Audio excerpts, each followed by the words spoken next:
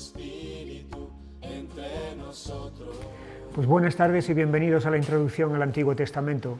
La semana pasada estuvimos viendo los capítulos de Ezequiel desde el 2 hasta el 9 y haciendo un pequeño repaso, como hacemos siempre, de lo que vimos, pues entonces en los capítulos 2 y 3 veíamos la misión a la que Dios llamó a Ezequiel. Veíamos que era una misión muy difícil, muy dura, porque hay una palabra que caracteriza al pueblo de Israel, una palabra con la que una y otra vez Dios los define, que es la palabra rebelde. De hecho, la palabra casa rebelde se repite en muchas ocasiones y entonces es lo que definiría a ese pueblo.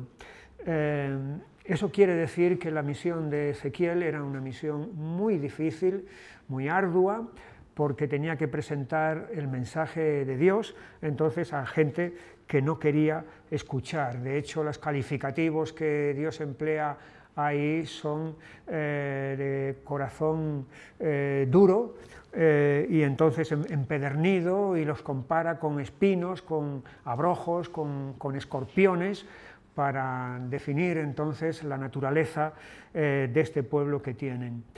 Y el llamamiento es difícil, es muy arduo, pero sin embargo dijimos también que cuando Dios llama a alguien a una tarea, no solamente lo llama y lo deja ahí a sus fuerzas, sino que cuando llama a alguien también lo capacita.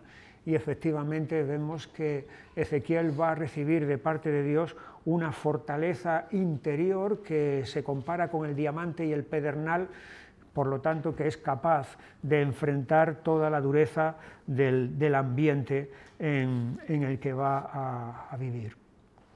Ahí vimos que aparecía la denominación con la que Dios se dirige siempre al profeta, que es hijo de hombre, y en ese sentido sitúa al profeta, por más que sea un siervo de Dios y por más que sea alguien escogido para una misión singular, sin embargo no deja de ser eso, un hijo de hombre. Y luego veíamos también que en cambio en este libro de Ezequiel la denominación con la que Dios aparece vez tras vez es Jehová el Señor, es decir, los dos nombres entonces para subrayar, para reforzar la realidad verdadera de Dios y su dominio, su señorío sobre todas las cosas.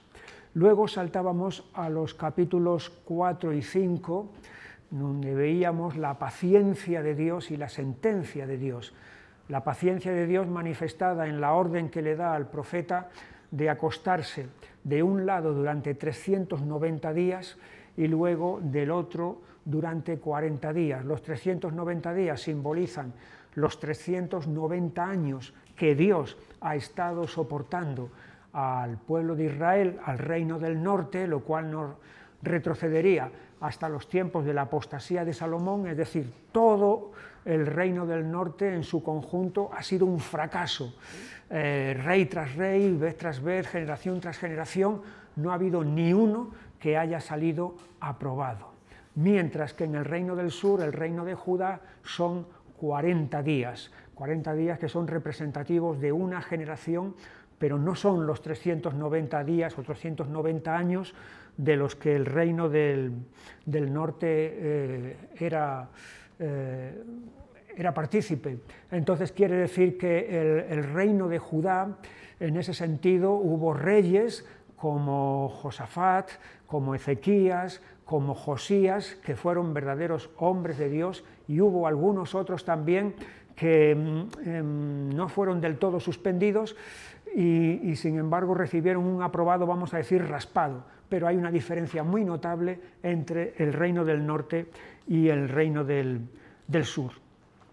Y también Dios le manda al profeta que se corte el cabello en señal de humillación de lo que va a pasar entonces con el reino del sur, con Judá entonces y con Jerusalén. Y luego pasamos a hablar de los lugares de pecado y de juicio. Esos lugares son los montes, es decir, los sitios altos, los lugares altos donde se practicaba la idolatría, donde se cometían no solamente actos idolátricos, sino también actos inmorales sexuales que acompañaban a la idolatría. Y entonces ahí es donde vemos que va a venir, por consiguiente, a esos lugares y a los adoradores de esos lugares va a venir el juicio. Y ahí también aparecía una frase recurrente en el libro de Ezequiel, que es: y sabréis que yo soy el Señor. Y sabréis que yo soy el Señor, que tiene dos aspectos. Uno, sabréis que yo soy el Señor cuando recibáis la remuneración a causa de vuestro pecado y vais a experimentar en carne propia mi juicio, pero por otro lado también veíamos que hay ocasiones en que sabréis que yo soy el Señor, es una palabra de gracia, de misericordia, porque van a experimentar, van a saber que Él es el Señor en el lado no severo, sino en el lado bondadoso, en el lado amoroso de parte de Dios. Y luego pasábamos al desastre que viene, es la palabra el fin viene, y veíamos que esa palabra viene, viene, viene, se repite varias veces en este capítulo 7 para remarcar que no se trata simplemente de algo que a lo mejor viene o tal vez viene, sino que esa repetición constante indica que viene de forma segura, es una llegada, una venida inevitable, y lo que es inevitable que viene es el desastre a la nación a causa precisamente de toda la acumulación de pecados que se han ido cometiendo. Y luego veíamos también que en el capítulo 8 el Espíritu de Dios toma a Ezequiel físicamente y lo traslada a Jerusalén. Y entonces porque Dios quiere mostrarle lo que está ocurriendo ya no solamente en la ciudad de Jerusalén, sino en el mismo santuario, es decir, en la misma casa de Dios. Y ahí veíamos 4 abominaciones. En primer lugar, un ídolo que estaba plantado allí en la casa de Dios. En segundo lugar, veíamos a los ancianos, es decir, a los cargos representativos de la nación, con pinturas de reptiles y de animales, quemándoles incienso, es decir, adorándolos. Luego veíamos también otra escena de las mujeres endechando, o sea, llorando, lamentando a Tamuz, que era un ídolo de la mitología babilónica, que se suponía que moría y luego revivía cada año, lo mismo que la vegetación en la tierra muere cada año y luego vuelve a revivir, pues entonces ese ídolo también le ocurría lo mismo y las mujeres estaban lamentando la muerte de ese ídolo. Y finalmente veíamos también otra escena en la que los hombres estaban dándole la espalda al templo, a la casa de Dios, y con los rostros dirigidos hacia el sol y postrados y adorándolo. Y entonces eran las 4 grandes abominaciones, que esa es la palabra que Dios utiliza para describir el pecado. Muchas veces aquí en Ezequiel la palabra abominación es algo repulsivo, es algo repelente, y entonces es una palabra muy fuerte que denota cómo es la manera en la que Dios ve el pecado. Y como consecuencia de esas abominaciones, entonces está el juicio de Dios sobre su casa, que comienza en su casa sobre todos estos que están haciendo este tipo de cosas. Y entonces allí hay unos verdugos que vienen con instrumentos para matar, aunque previamente hay uno de ellos que viene con un tintero y una pluma, un cálamo, entonces para señalar a aquellos que están gimiendo a causa de todo lo que está ocurriendo.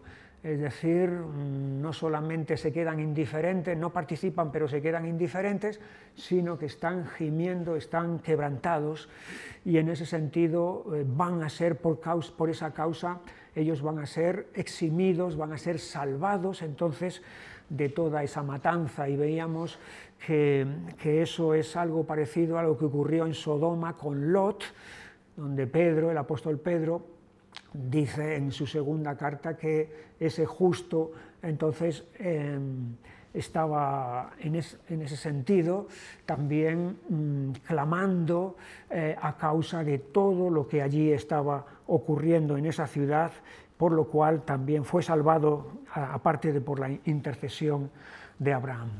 Y así es como llegamos entonces al capítulo 10, que podemos titularlo La retirada de su presencia, o sea, de la presencia de Dios del templo. Es lógico, porque si la casa de Dios está llena de idolatría y de abominaciones, eso es incompatible con la presencia de Dios. No puede, la luz y las tinieblas no pueden cohabitar. Y no solamente eso es verdad para este caso, sino es verdad en todos los casos, también es aplicable a nuestras vidas.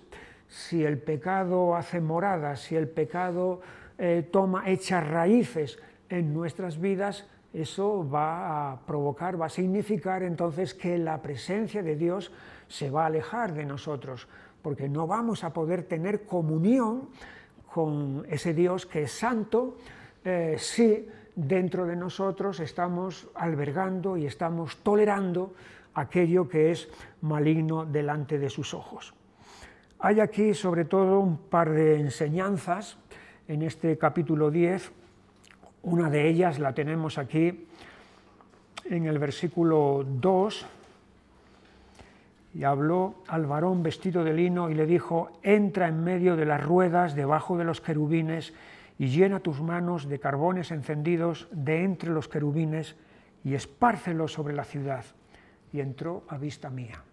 Aquí entonces está este varón vestido de lino, que es uno de los que estaban en la casa de Dios, ejecutando este juicio y poniendo la señal a los que gemían y clamaban. Se le ordena esto, que tome estos carbones encendidos y los esparza sobre la ciudad. Es una imagen, es una figura que nos habla del derramamiento de la ira de Dios sobre la ciudad, sobre Jerusalén. Los carbones encendidos que ahí se están echando indican eso. Entonces, que Dios en su ira va a provocar toda esta situación. Hay un pasaje en el segundo libro de Samuel, en el capítulo 22, que nos ayuda a relacionar esto que estoy diciendo. Es ese capítulo en el que David entona un canto de liberación a causa de que ha sido librado por Dios de todos sus enemigos.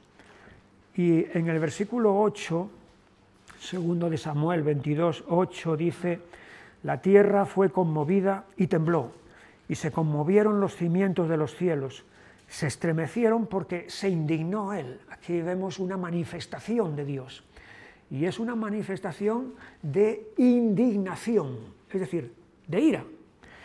Y fíjate lo que dice el versículo 9, siguiente: humo subió de su nariz y de su boca fuego consumidor, carbones fueron por él encendidos. Así que hay una relación entre los carbones encendidos y la ira de Dios. Y lo que vemos aquí en este capítulo 10 de Ezequiel, versículo 2, es precisamente eso, que esos carbones encendidos están siendo arrojados sobre Jerusalén. Indicio, señal entonces de que la ira de Dios va a manifestarse sobre esta ciudad. Y luego la otra gran enseñanza en este capítulo es lo que hemos dicho de la retirada de su presencia. En el versículo 3, los querubines estaban a la mano derecha de la casa cuando este varón entró, y la nube llenaba el atrio de adentro. La nube de la presencia de Dios estaba todavía en el atrio de adentro. Pero sin embargo esa presencia que todavía está en el atrio se va a ir moviendo, se va a ir alejando gradualmente. Y así, en el versículo 4, entonces la gloria del Señor se elevó de encima del querubín al umbral de la puerta, y la casa fue llena de la nube, y el atrio se llenó del resplandor de la gloria del Señor. Así que del atrio, del interior, se ha movido hasta el umbral de la puerta.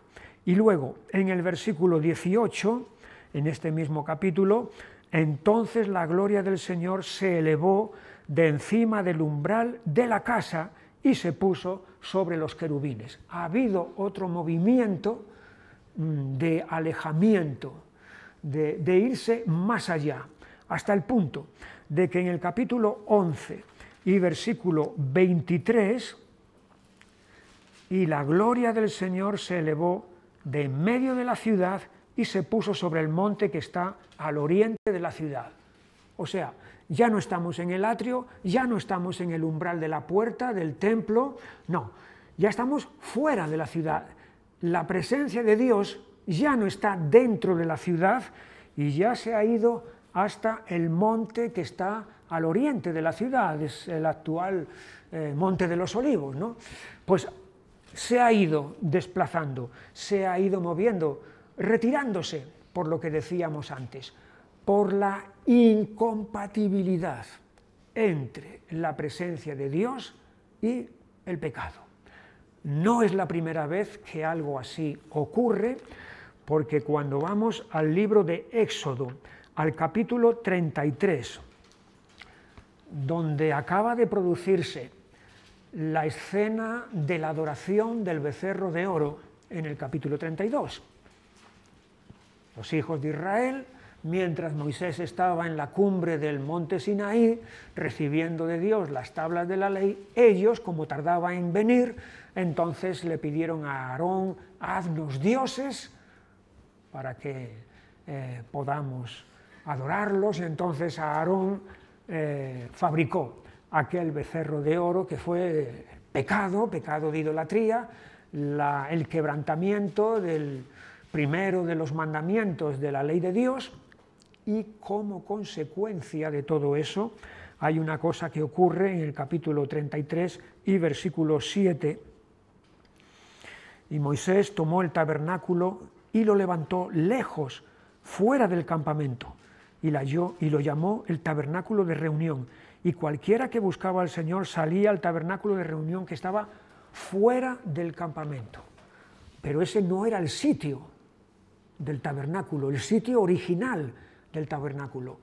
Cuando estuvimos estudiando el libro de Éxodo y vimos lo de la construcción del tabernáculo, veíamos que el tabernáculo ocupaba el lugar central en el campamento. Las tribus estaban todas ellas alojadas alrededor del campamento.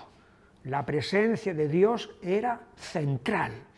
Es no solamente una enseñanza geográfica, que también lo es, pero es una enseñanza espiritual. Es decir, la presencia de Dios es el centro de la vida del pueblo de Dios. Es el centro, el punto vital.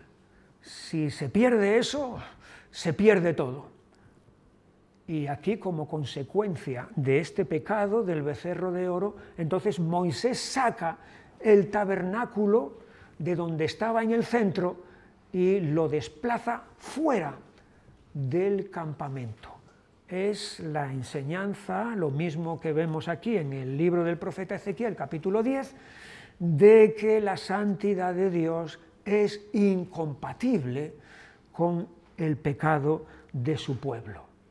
Lo mismo que en Éxodo, lo mismo que en Ezequiel, puede también pasar con nosotros.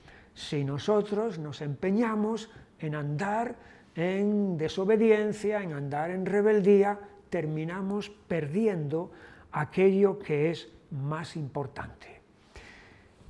Y si la presencia de Dios se va del templo, ese templo ha perdido todo el sentido, porque lo que da sentido al templo es la presencia de Dios.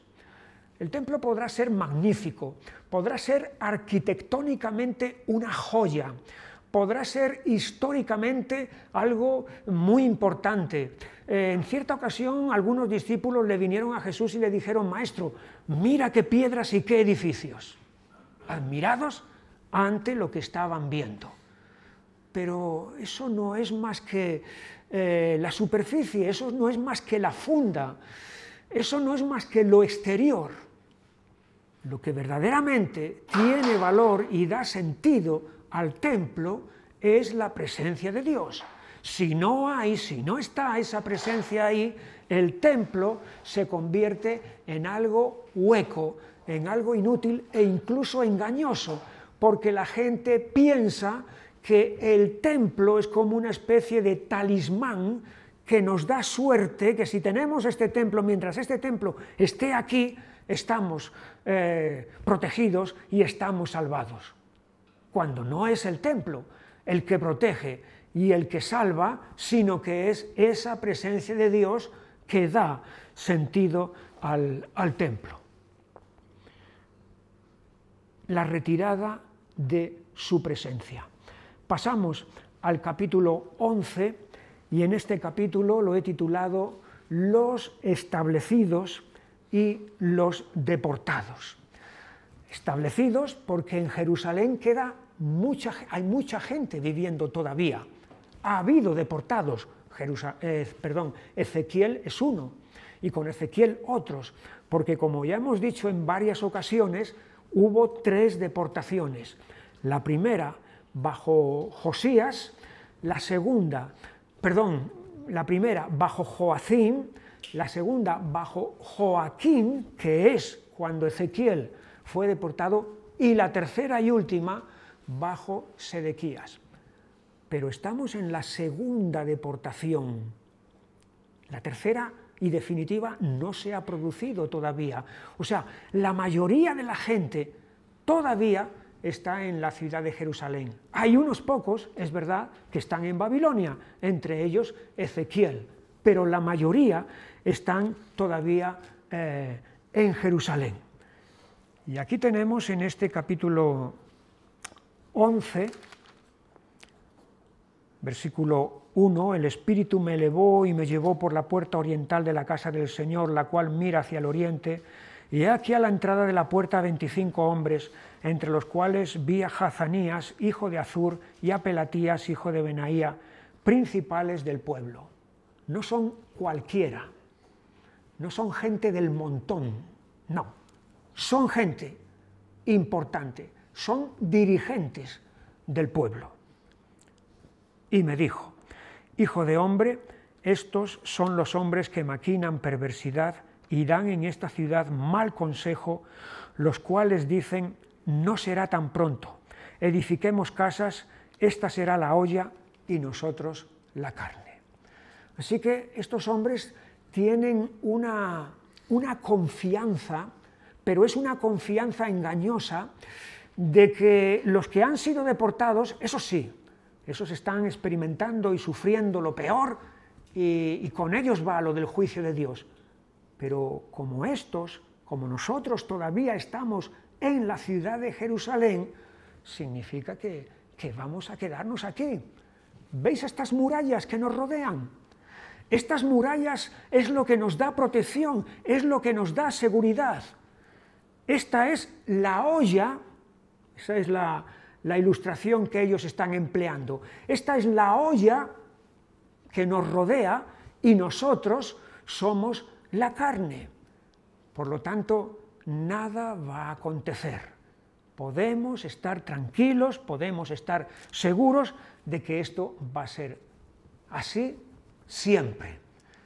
Es una actitud de confianza engañosa, una actitud de relajación.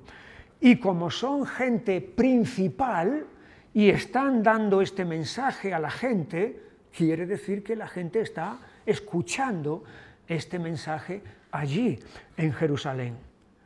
Es algo parecido a lo que ya vimos cuando miramos al profeta Jeremías, allí en el capítulo 21 y versículo 13. Jeremías 21, 13 dice: «He aquí, yo estoy contra ti, moradora del valle y de la piedra de la llanura», dice el Señor, los que decís: «¿Quién subirá contra nosotros y quién entrará en nuestras moradas?».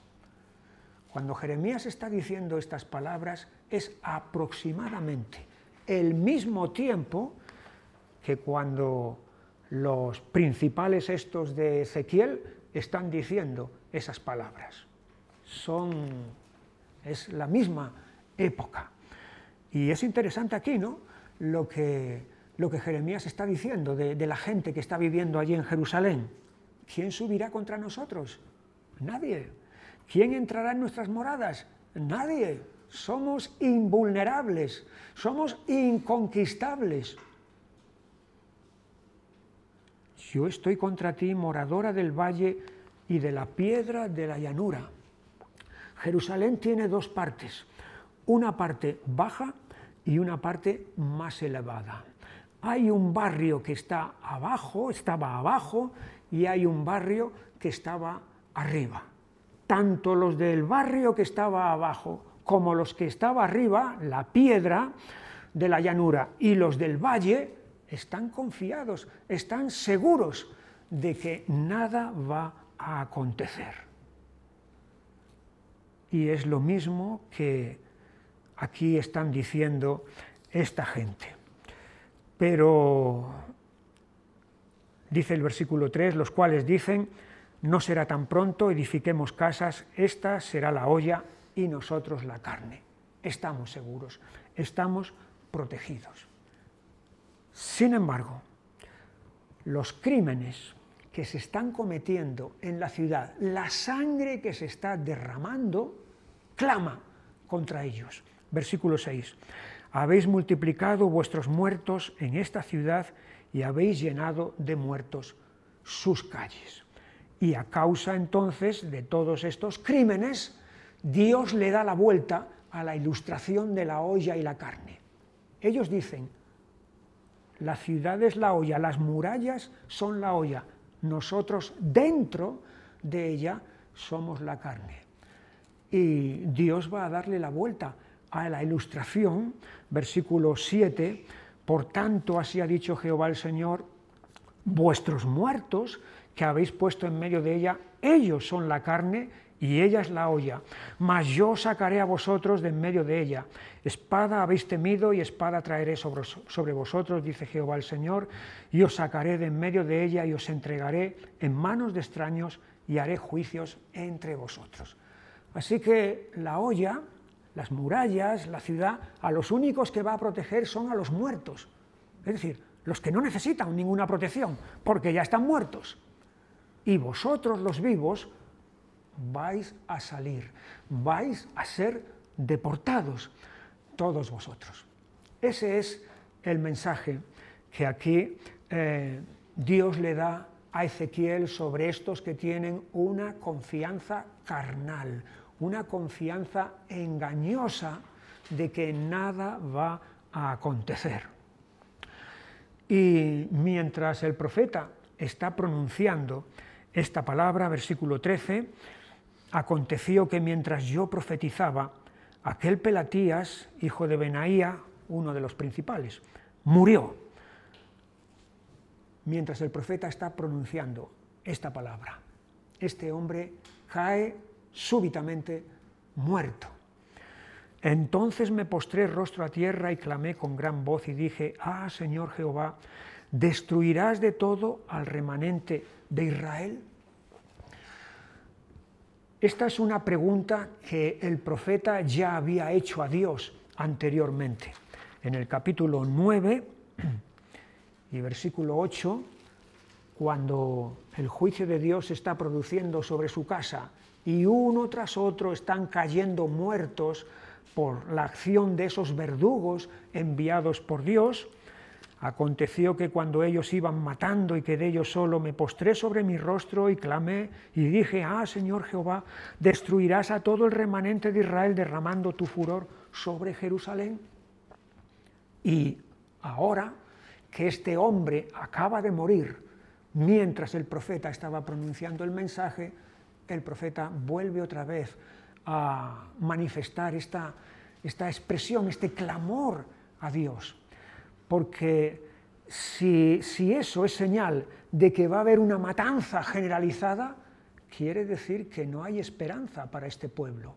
Quiere decir que este pueblo no tiene futuro ninguno. De ahí entonces que el profeta quede totalmente sobrecogido ante la expectativa terrible de que el pueblo de Israel sea erradicado, sea destruido totalmente por Dios. Pero ahí es donde va a venir, en medio de toda esta palabra tan fuerte, la palabra de un remanente, un resto que va a sobrevivir de todo este desastre. Versículo 15. Hijo de hombre, tus hermanos, los hombres de tu parentesco y toda la casa de Israel, todas ellas son aquellos a quienes dijeron los moradores de Jerusalén, alejaos del Señor, a nosotros es dada la tierra en posesión. Por tanto di, así ha dicho Jehová el Señor, aunque les he arrojado lejos entre las naciones y les he esparcido por las tierras, con todo eso les seré por un pequeño santuario en las tierras a donde lleguen. Así que, aunque se va a producir efectivamente una matanza generalizada en Jerusalén, sin embargo, los que ya han sido deportados, de ellos Dios va a sacar un remanente, un resto, que van a ser los que en determinado momento van a volver otra vez a la tierra de Israel, de tal manera que hay esperanza, hay futuro, porque Dios en su misericordia y en su gracia no va a efectuar ese exterminio total.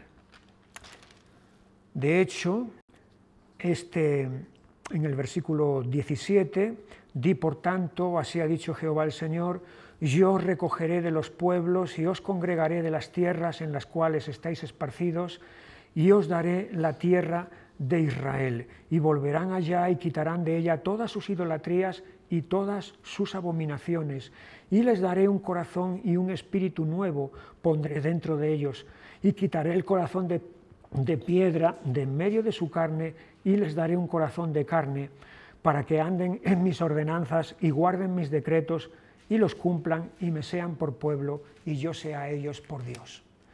Así que, no solamente va a haber un remanente físico, porque evidentemente tiene que haber un remanente físico para que este pueblo tenga futuro, sino que además de un remanente físico va a haber un remanente espiritual, un remanente que va a conocer a Dios, que va a hacer la voluntad de Dios, porque ¿de qué vale? No vale de mucho que haya un remanente físico si todos ellos siguen en los mismos caminos que han venido siguiendo sus antepasados. Sería un remanente de rebeldes, pero el remanente del cual Dios se está refiriendo aquí no solamente es físico, sino que es un remanente espiritual, porque Dios va a hacer una obra nueva en ellos. Fíjate lo que dice el versículo 19, les daré un corazón y un espíritu nuevo pondré dentro de ellos. Esta palabra nuevo es muy importante. Ya nos salió en el profeta Jeremías en el capítulo 31, cuando el profeta anuncia de que Dios hará un pacto nuevo con la casa de Israel. No es el pacto antiguo, no es la rememoración del pacto viejo, no es la repetición otra vez del mismo pacto, porque sería volver a las mismas de siempre, al fracaso. Es un pacto nuevo, un pacto en el que Dios hace una obra interior dentro de ellos, transformando, cambiando por dentro. Y aquí el profeta Ezequiel está yendo en esa línea, añadiendo a esa línea cuando dice que Dios va a darles un corazón y un espíritu nuevo. La palabra nuevo tiene dos acepciones, dos posibles significados. Una, nuevo en el tiempo. Una cosa puede ser nueva en el tiempo. Por ejemplo, cuando tú te compras una ropa nueva, no de segunda mano, nueva. Pero eso que es nuevo en el tiempo, con el paso del tiempo se vuelve viejo.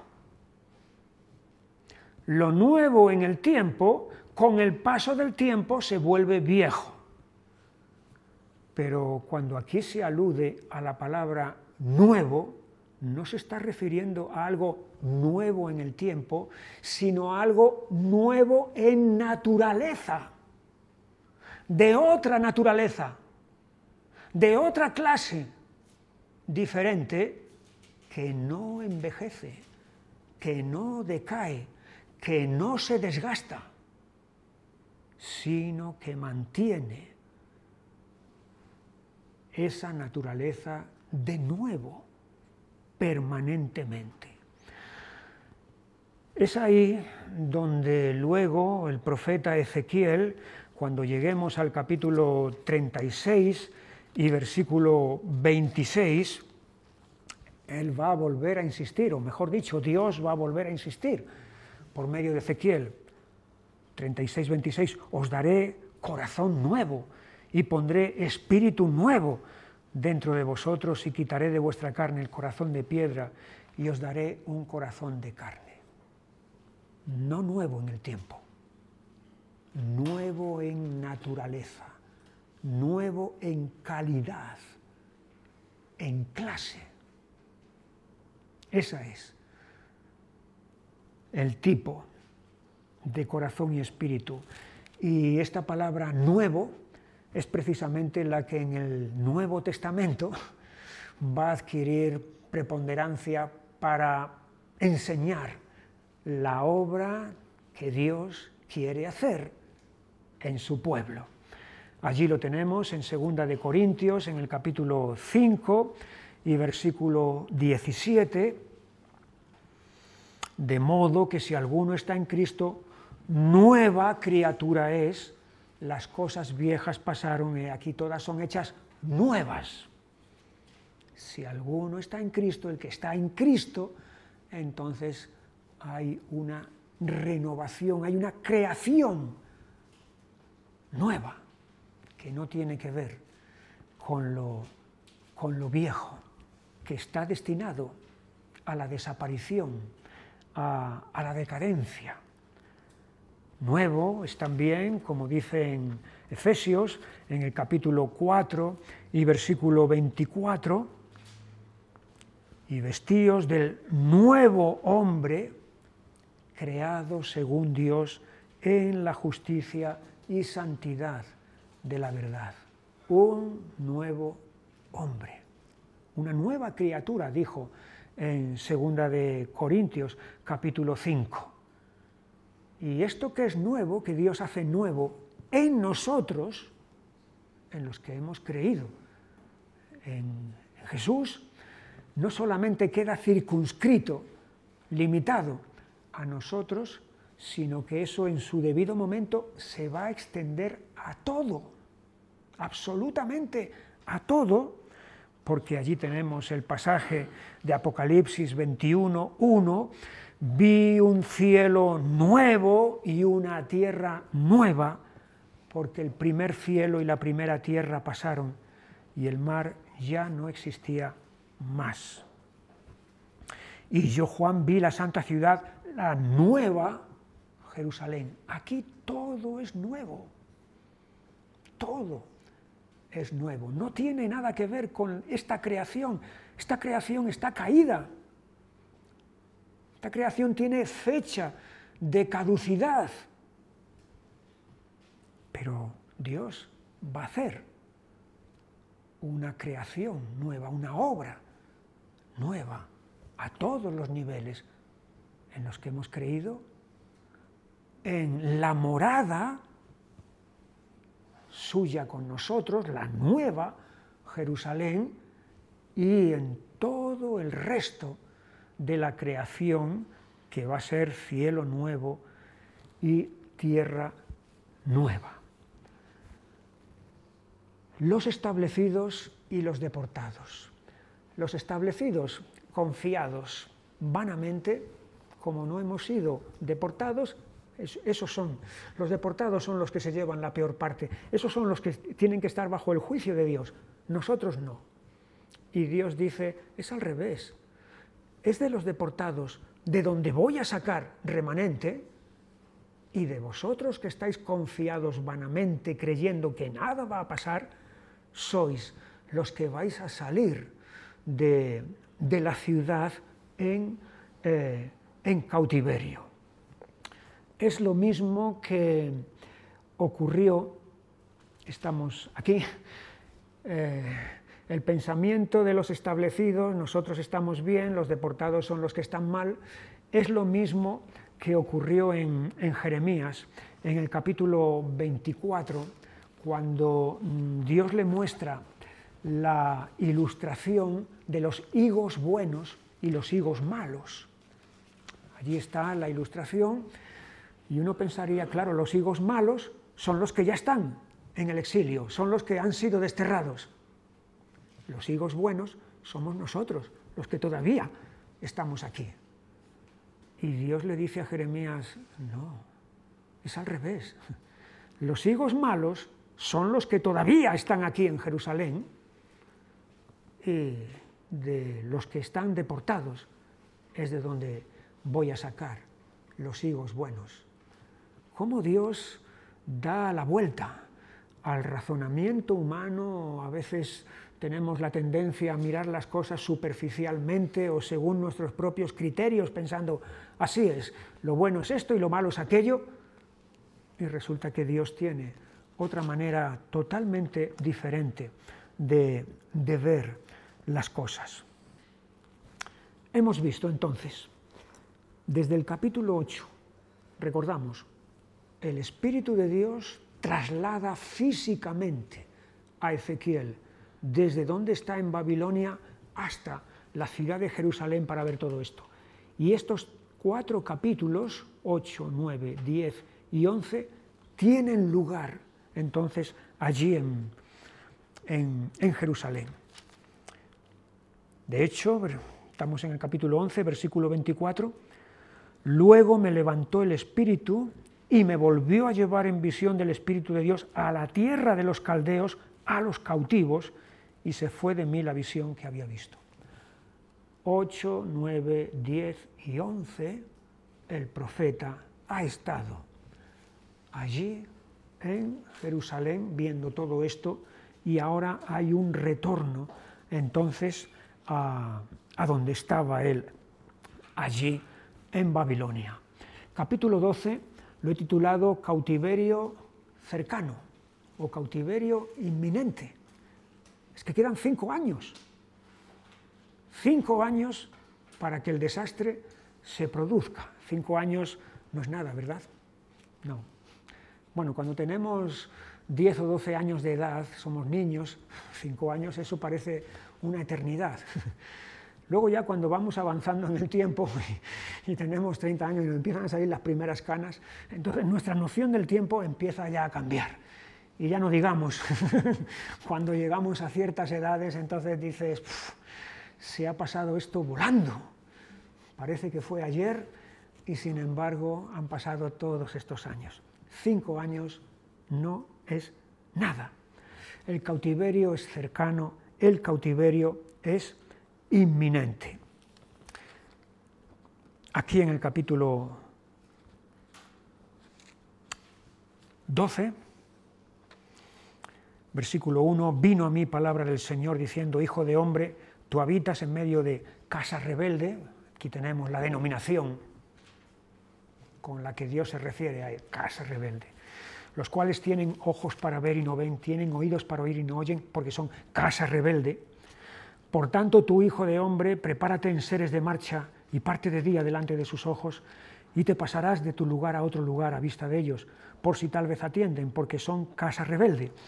Y sacarás tus enseres de día delante de sus ojos, como enseres de cautiverio, mas tú saldrás por la tarde a vista de ellos, como quien sale en cautiverio. Dios propone aquí al profeta que haga esto. Es decir, que como lo que ocurría cuando un pueblo era trasladado, pero no trasladado por su propia iniciativa, sino trasladado de esta manera a la fuerza, que él se mueva e imite lo que va a ocurrir con los que están todavía en Jerusalén. Y de tal manera que sacas tus enseres de día, versículo 4, delante de sus ojos, como enseres de cautiverio. Enseres de cautiverio, no enseres sin más. No, enseres de cautiverio. Ahora, ¿cuáles son los enseres que un cautivo se puede llevar con él al cautiverio? Muy poco. Básico, elemental. No es lo mismo que cuando uno se mueve, se traslada a vivir de un sitio a otro, ¿verdad? Tomamos un camión, cargamos todos nuestros muebles, los llevamos al otro sitio, es decir, todo lo que teníamos lo movemos al otro sitio tranquilamente, porque lo único que hemos hecho ha sido movernos de un sitio a otro y tenemos las cosas que teníamos. Pero un cautivo no se lleva, no se puede llevar todo lo que tiene. Prácticamente no se puede llevar casi nada. Es lo elemental. Así es como Ezequiel sale y los otros le están viendo cómo se está trasladando para que tomen nota de lo que va a ocurrir. Y la segunda parte del versículo 4, mas tú saldrás por la tarde a vista de ellos como quien sale en cautiverio. Es decir, los enseres de cautiverio y tú como quien sale en cautiverio. Y uno no sale en cautiverio con sus mejores ropajes, engalanado, no. De hecho, hay una palabra, en la palabra cautivo y la palabra desnudo, en la lengua en que esto fue escrito, tienen la misma raíz gramatical, cautivo y desnudo, porque un cautivo es uno que ha sido despojado de todo lo que tenía. Y por lo tanto, hasta su mismo aspecto externo, su mismo aspecto físico, denota que es un cautivo. No es como los demás, no está como los demás. Se le nota enseguida. El profeta está yendo de esta manera a los ojos de todos. Versículo 5. Delante de sus ojos te abrirás paso por entre la pared y saldrás por ella. Delante de sus ojos los llevarás sobre tus hombros, de noche los sacarás, cubrirás tu rostro y no mirarás la tierra, porque por señal te he dado a la casa de Israel. Cubrirás tu rostro. El cautivo lleva el rostro cubierto, en señal de humillación. Hay un pasaje en el segundo libro de Samuel, en el capítulo 19 y versículo 4, el capítulo 19 de segundo de Samuel es un capítulo muy triste, porque es el momento más difícil en la vida de David, el más difícil de todos, que fue cuando su hijo Absalón le arrebató el trono y él tuvo que huir escapando ya porque ya no solamente era el trono lo que había perdido, sino que podía hasta perder su vida. Y aquí tenemos esta escena.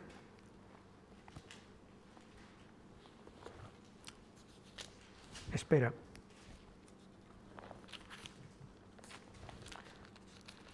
Me he equivocado aquí.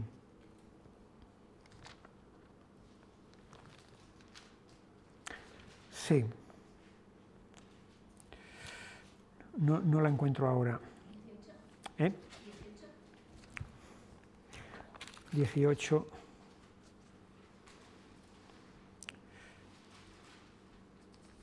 Bueno, no. No, perdón, bueno. Ahora mismo no la encuentro y no la voy a encontrar en este momento, pero el versículo 4 de este capítulo 19 dice: mas el rey, cubierto el rostro, clamaba en alta voz: hijo mío, Absalón, Absalón, hijo mío, hijo mío. Es el momento en el que se entera de que su hijo Absalón ha muerto. Entonces, cuando él había dado orden de que no lo mataran, y como expresión de dolor y de tristeza, cubre su rostro para que nadie lo vea. Y aquí los cautivos que están saliendo, que van a salir, de los cuales Ezequiel es un ejemplo, entonces cubre su rostro también en señal de humillación y de vergüenza. Allí tenemos, en este capítulo 12, volvemos otra vez a Ezequiel, en el versículo 11, diles: yo soy vuestra señal, como yo hice, así se hará con vosotros, partiréis al destierro en cautividad, y al príncipe que está en medio de ellos llevarán a cuestas de noche y saldrán, por la pared abrirán paso para sacarlo por ella, cubrirá su rostro para no ver con sus ojos la tierra. Aquí se refiere a la huida del rey Sedequías de los caldeos, pasando por en medio de la pared. Entonces, una huida a la desesperada, una huida que no le va a servir de nada. Es interesante, en el segundo libro de Reyes, capítulo 25 y versículo 4, dice: abierta ya una brecha en el muro de la ciudad, huyeron de noche todos los hombres de guerra por el camino de la puerta que estaba entre los dos muros, junto a los huertos del rey, estando los caldeos alrededor de la ciudad, y el rey se fue por el camino del Arabá. Entonces, entre esos muros es por donde el rey va a escapar, lo mismo que también aquí el profeta Ezequiel sale entre los muros. Y es interesante también, volviendo otra vez al libro del profeta Ezequiel, capítulo 12 y versículo 13, mas yo extenderé mi red sobre él y caerá preso en mi trampa, y haré llevarlo a Babilonia, a tierra de caldeos, pero no la verá y allá morirá. Fíjate lo que Dios está diciendo aquí. Va a coger al rey de Judá, lo van a llevar a Babilonia, a tierra de caldeos, pero no la verá y allí morirá. ¿Cómo puede ser que no la vea y que muera en ella? Si no la ve, es que no ha llegado a ella. Y si la ve, entonces es que no se cumple la profecía que aquí se está dando. Pero dice: no la verá y allá morirá. Y efectivamente es que fue así. Volvemos otra vez al segundo libro de Reyes 25, 7. Degollaron a los hijos de Sedequías en presencia suya, y a Sedequías le sacaron los ojos, y atado con cadenas lo llevaron a Babilonia. Así que no vio a Babilonia y fue a Babilonia y murió allá, porque previamente le habían sacado los ojos. Aquí tenemos entonces este capítulo 12 de gente a la que el profeta está hablando y anunciándolos lo que va a pasar.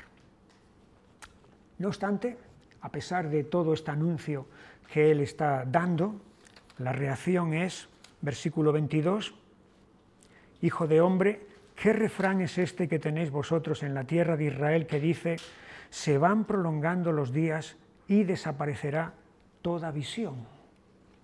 Es decir, aquí está la creencia de que las visiones, es decir, las palabras proféticas que Ezequiel está dando, está pasando el tiempo y no se están cumpliendo.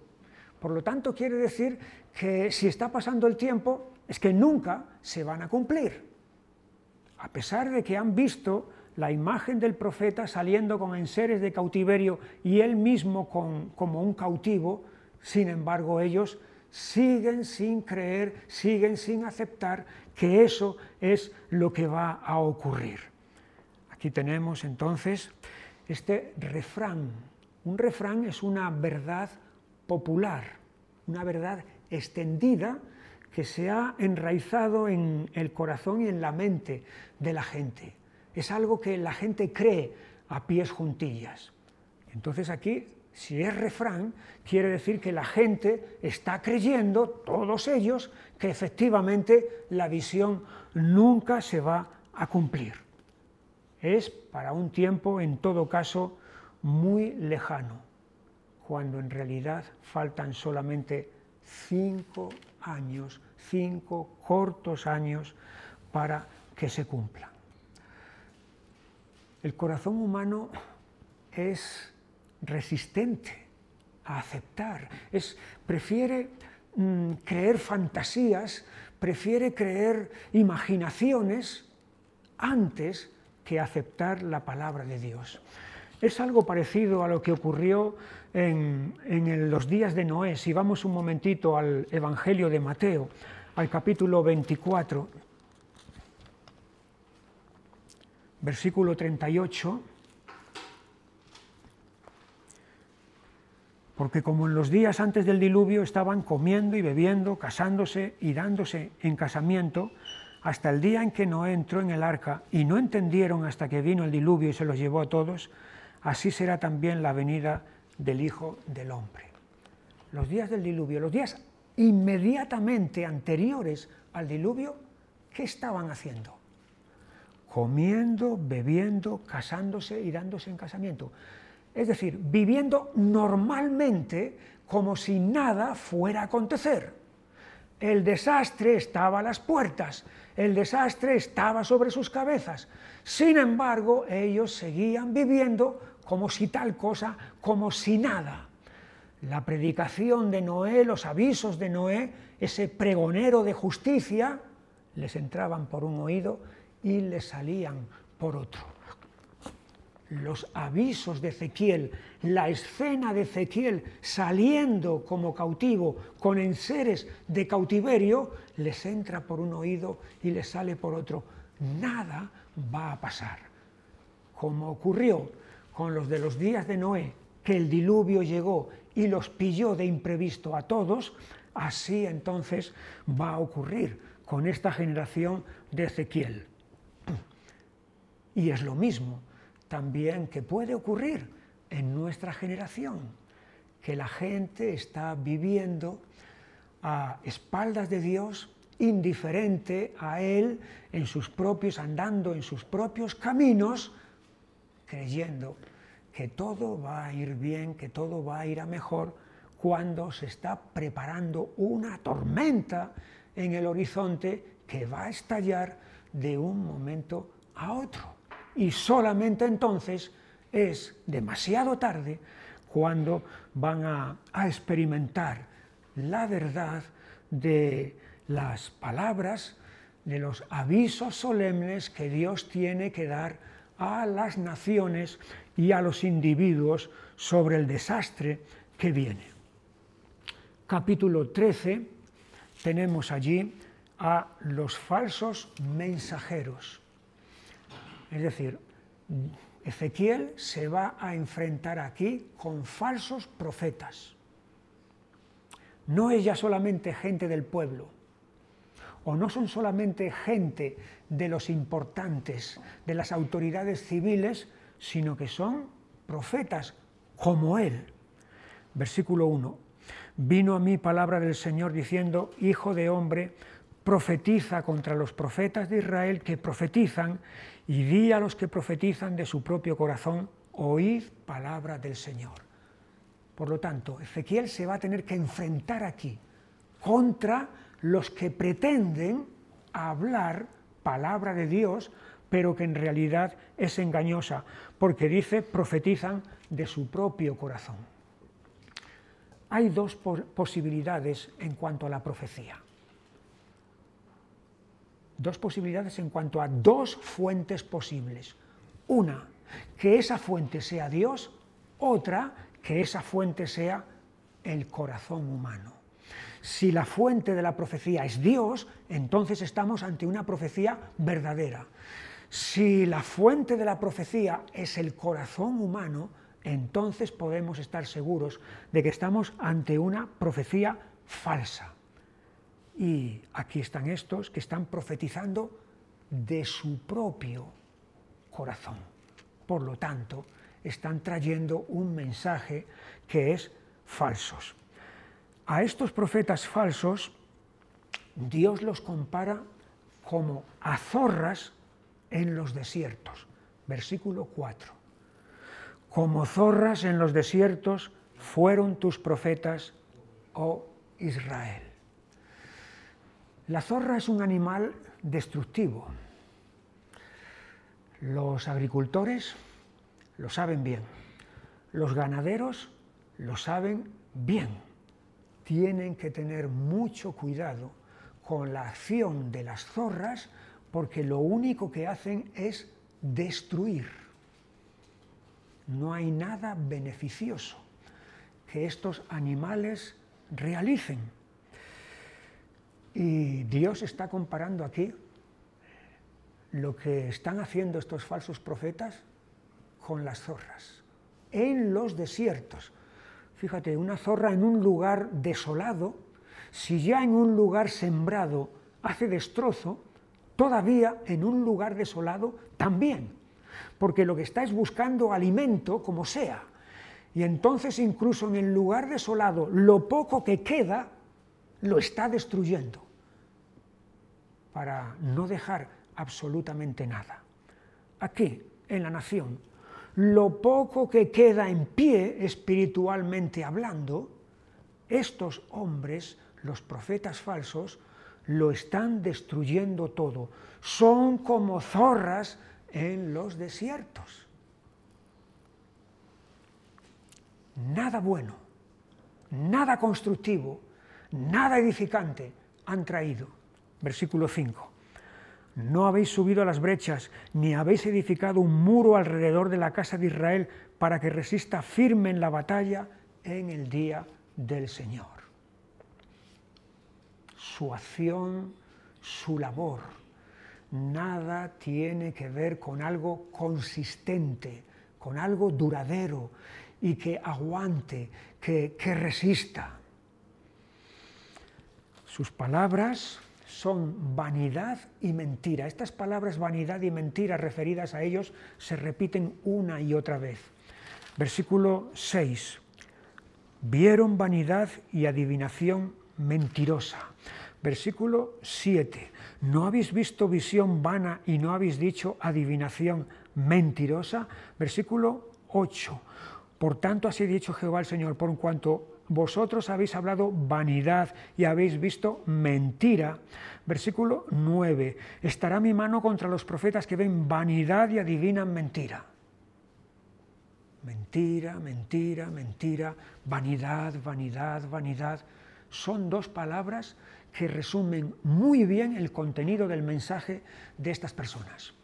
Vanidad, vaciedad, algo hueco, algo que no tiene ninguna consistencia, que no tiene base ni fundamento, porque no tiene verdad.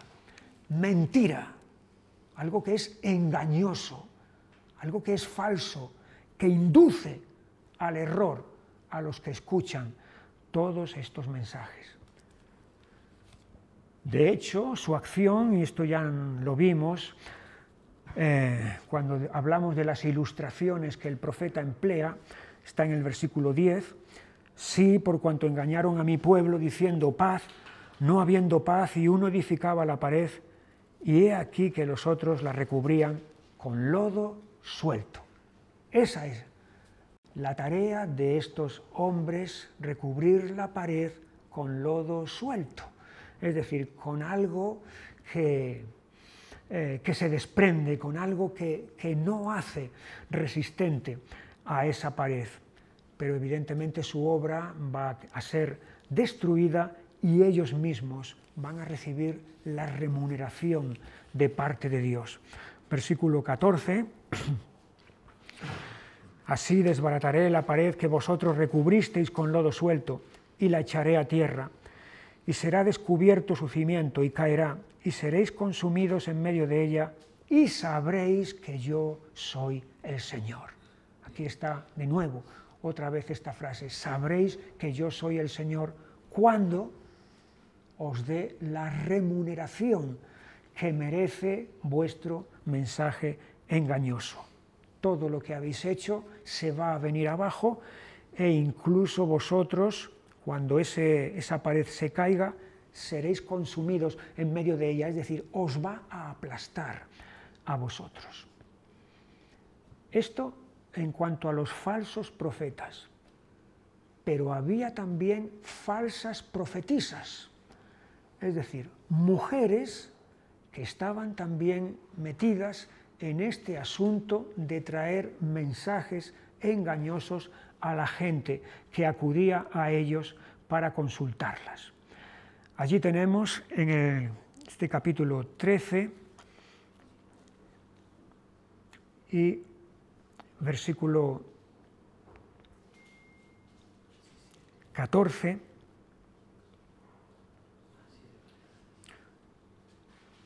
perdón, 17, y tú, hijo de hombre, pon tu rostro contra las hijas de tu pueblo que profetizan de su propio corazón. ¿Veis? Los profetas de su propio corazón, las profetisas de su propio corazón. No hay diferencia entre unos y las otras. Y profetiza contra ellas y di: así ha dicho Jehová el Señor, ay de aquellas que cosen vendas mágicas para todas las manos y hacen velos mágicos para la cabeza de toda edad, para cazar las almas. Habéis de cazar las almas de mi pueblo para mantener así vuestra propia vida. Aquí tenemos a estas mujeres entonces que estaban realizando ciertos actos que acompañaban a las palabras que estaban pronunciando a aquellos que venían a consultarlas. Los actos no sabemos muy bien a qué se refieren o en qué consistían cuando se habla aquí de vendas para todas las manos. Es posible que fueran unas ataduras que hicieran aquí en las muñecas de las manos o tal vez también en los codos, y luego también una cubierta de velos sobre la cabeza. Tal vez eso acompañaba a las palabras, a los conjuros que ellas estaban pronunciando en el momento de realizar todas estas cosas. Sabemos que los que practican la magia, sea blanca, sea negra, sea gris, o sea, del color que sea, acompañan muchas veces las palabras que están diciendo a la gente con ciertos actos que realizan sobre las personas. A veces incluso simplemente con un cabello o con un trozo de paño de alguien, etcétera, para invocar sobre la persona que de ese cabello o de ese paño alguna maldición o lo que fuera. Bueno, aquí están estas mujeres entonces realizando estos actos que acompañan a las palabras que ellas están pronunciando, augurios sobre el futuro, etcétera, etcétera. Dios les llama cazadoras de almas, es decir, atrapadoras, cautivadoras de almas que están haciendo presas mediante todo este tipo de formas y de maneras. Aquí en el versículo 19 dice: habéis de profanarme entre mi pueblo por puñados de cebada y por pedazos de pan.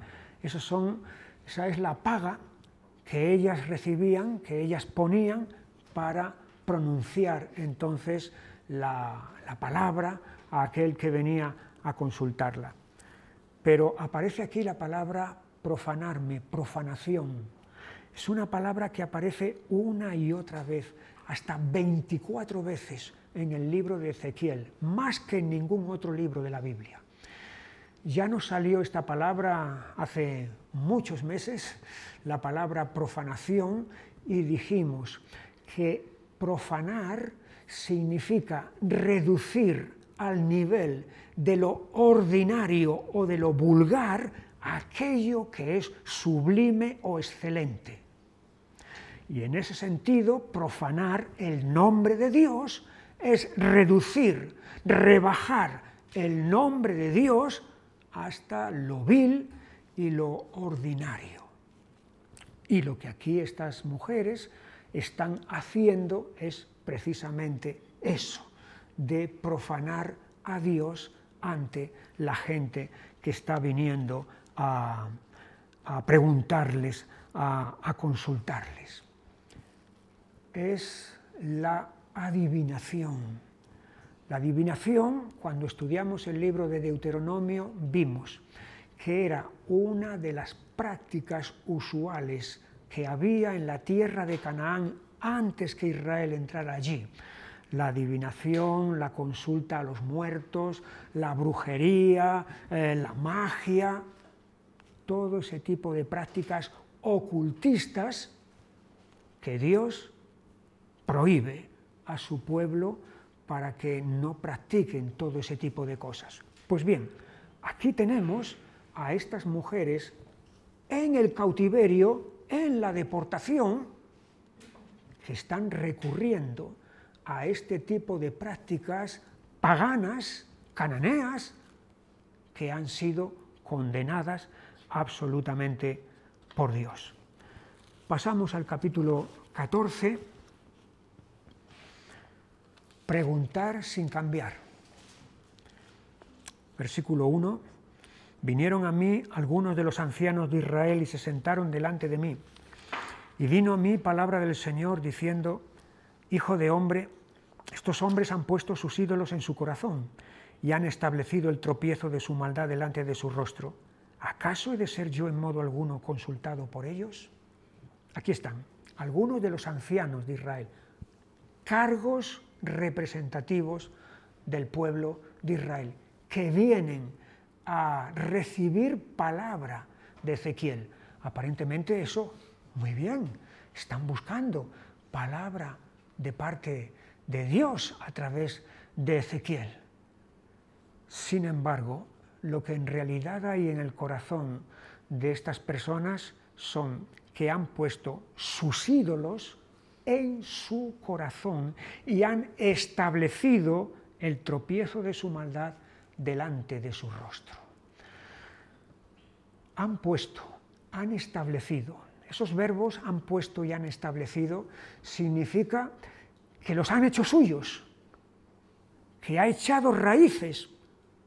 Esa idolatría está arraigada, está establecida en su corazón y no están dispuestos a abandonarla. Y con ese estado de interior es como vienen al profeta a ver qué palabra hay. Pero evidentemente lo que quieren es escuchar una palabra que sea buena, que sea beneficiosa, que sea de bendición. Pero es una imposibilidad. Es preguntar a Dios sin cambiar. Esto es algo que ya nos salió en el profeta Jeremías, con el rey Sedequías. Allí tenemos en el capítulo 21, versículo 1, palabra del Señor que vino a Jeremías cuando el rey Sedequías envió a él a Pasur, hijo de Malquías, y al sacerdote Sofonías, hijo de Maasías, para que le dijesen, consulta ahora acerca de nosotros al Señor, porque Nabucodonosor, rey de Babilonia, hace guerra contra nosotros. Quizá el Señor hará con nosotros según todas sus maravillas, y aquel se irá de sobre nosotros. Y cuando comentábamos este pasaje, entonces decíamos, estos se presentan delante del profeta a esperar, bueno, a ver si tenemos suerte y hay una palabra positiva de parte de Dios, beneficiosa de parte de Dios. A ver si hoy está Dios bien avenido con nosotros y entonces nos dice algo bueno. Pero no hay ningún cambio, no hay ninguna señal de quebrantamiento, ni de arrepentimiento, ni de conversión. Por lo tanto, ¿cómo pueden esperar que haya una buena palabra de parte de Dios? Y es lo mismo que estos que vienen a consultar aquí al profeta. Han establecido, han puesto sus ídolos en su corazón, han establecido el tropiezo de su maldad delante de su rostro. Es decir, están aprobando, no solamente en su interior, sino aprobando exteriormente toda esa maldad que hay dentro de ellos, y con todo pretenden venir al profeta para que tenga una palabra para ellos que sea buena.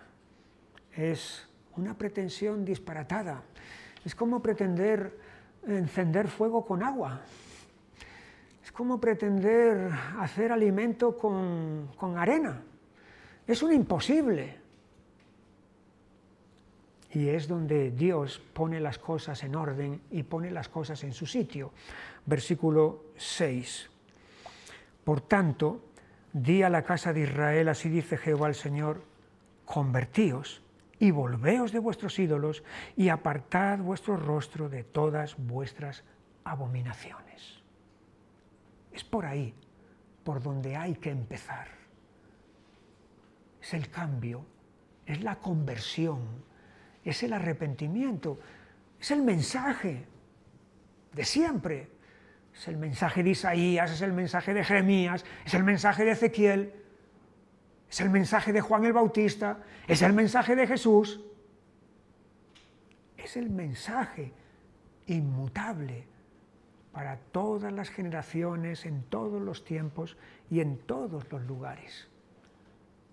Es imposible pretender recibir palabra buena de parte de Dios habiendo puesto la maldad en el corazón y establecido el tropiezo delante del rostro. Vamos a ir terminando. A continuación, versículo 12 de este capítulo 14, Dios presenta el panorama de la maldad que se ha extendido. Vino a mí palabra del Señor diciendo, hijo de hombre, cuando la tierra pecare contra mí rebelándose pérfidamente, fíjate estas palabras, rebelándose pérfidamente, los traductores han traducido de esta manera para no ser repetitivos, pero la traducción literal es pecare contra mí rebelándose con rebeldía, es decir, no es una rebeldía simple, no es una rebeldía sencilla, vamos a decir, o normal, es una rebeldía reiterada, rebelándose con rebeldía, y extendiere yo mi mano sobre ella y la quebrantare el sustento de pan, y enviare en ella hambre y cortare de ella hombres y bestias, si estuviesen en medio de ella estos tres varones, Noé, Daniel y Job, ellos por su justicia librarían únicamente sus propias vidas, dice Jehová el Señor. Ante esta situación, de esta maldad extendida, profunda, incluso en el caso de que estuvieran presentes estos tres hombres de Dios en esa generación, Noé, Daniel y Job, la intercesión de ellos valdría para ellos mismos y para nadie más. Noé, el hombre de la antigüedad, el hombre justo en medio de toda aquella generación perdida. Job, el hombre probado por Dios y que sale aprobado. Daniel, el hombre íntegro, que incluso es echado al foso de los leones por ser fiel, íntegro a Dios. Son 3 ejemplos de hombres de Dios que podríamos decir su intercesión tiene que ser muy, muy poderosa. Llegadas estas circunstancias, solamente les vale para ellos mismos. A propósito de Daniel, la referencia a Daniel aquí es única en el Antiguo Testamento, salvo en el libro de su libro, claro, el profeta Daniel. En todo el Antiguo Testamento no se le nombra nunca más que aquí, en Ezequiel. Y es interesante porque Daniel fue contemporáneo de Ezequiel. Hay comentaristas, de los cuales hay que guardarse mucho de sus comentarios que hacen sobre la Biblia, que enseñan que el libro de Daniel es una ficción, es un invento, y que el mismo personaje de Daniel es también una ficción, que no es verdadera, que no es real, y que ese libro fue escrito siglos después de donde fue, cuando aquí está puesto. Pero es interesante que Ezequiel hace referencia a Daniel. Daniel y Ezequiel viven en el mismo tiempo, son contemporáneos el uno del otro. Aún en medio de estas circunstancias, versículo 22, sin embargo, he aquí quedará en ella un remanente, hijos e hijas que serán llevados fuera. He aquí que ellos vendrán a vosotros y veréis su camino y sus hechos, y seréis consolados del mal que hice venir sobre Jerusalén, de todas las cosas que traje sobre ella. Y os consolarán cuando viereis su camino y sus hechos, y conoceréis que no sin causa hice todo lo que he hecho en ella, dice Jehová el Señor. Hay un remanente entonces que va a ser llevado a Babilonia, y los de Babilonia que habían sido ya llevados allí van a ser consolados, porque no han experimentado todo lo que los de Jerusalén van a vivir con este tercer y último cautiverio. Terminamos con el capítulo 15, es muy breve, es la triple inutilidad de Jerusalén. Versículo 2, hijo de hombre, ¿qué es la madera de la vid más que cualquier otra madera? ¿Qué es el sarmiento entre los árboles del bosque? ¿Tomarán de ella madera para hacer alguna obra? ¿Tomarán de ella una estaca para colgar en ella alguna cosa? He aquí expuesta en el fuego para ser consumida, sus 2 extremos consumió el fuego y la parte de en medio se quemó. ¿Servirá para obra alguna? Triple inutilidad. Madera de la vid ya no tiene fruto. Si no tiene fruto, significa que poco sirve. Madera de la vid no tiene utilidad, porque no sirve para hacer nada con ella. No se puede. No es como el pino, o el roble, o el olmo, o esto, o lo otro, que se puede sacar de la madera algo provechoso. No tiene fruto, no se puede hacer nada con ella, y ya de remate es que está quemada por los 2 extremos y también por el centro, y por lo tanto la inutilidad es total, es triple. Es una ilustración de a dónde ha llegado el estado de este pueblo, totalmente inútil para Dios. Aquí lo dejamos. Si Dios quiere, la semana que viene comenzaremos con el capítulo 16. El capítulo 16 es un gran capítulo, y nos vamos a detener porque lleva su tiempo, pero merece la pena entonces meternos en el mismo. Así que el Señor os bendiga y hasta el próximo día. su misericordia reveladas en Cristo Jesús. Recordaremos, adoraremos conforme a su gran amor. Recordaremos, adoraremos, pues grande es su fidelidad.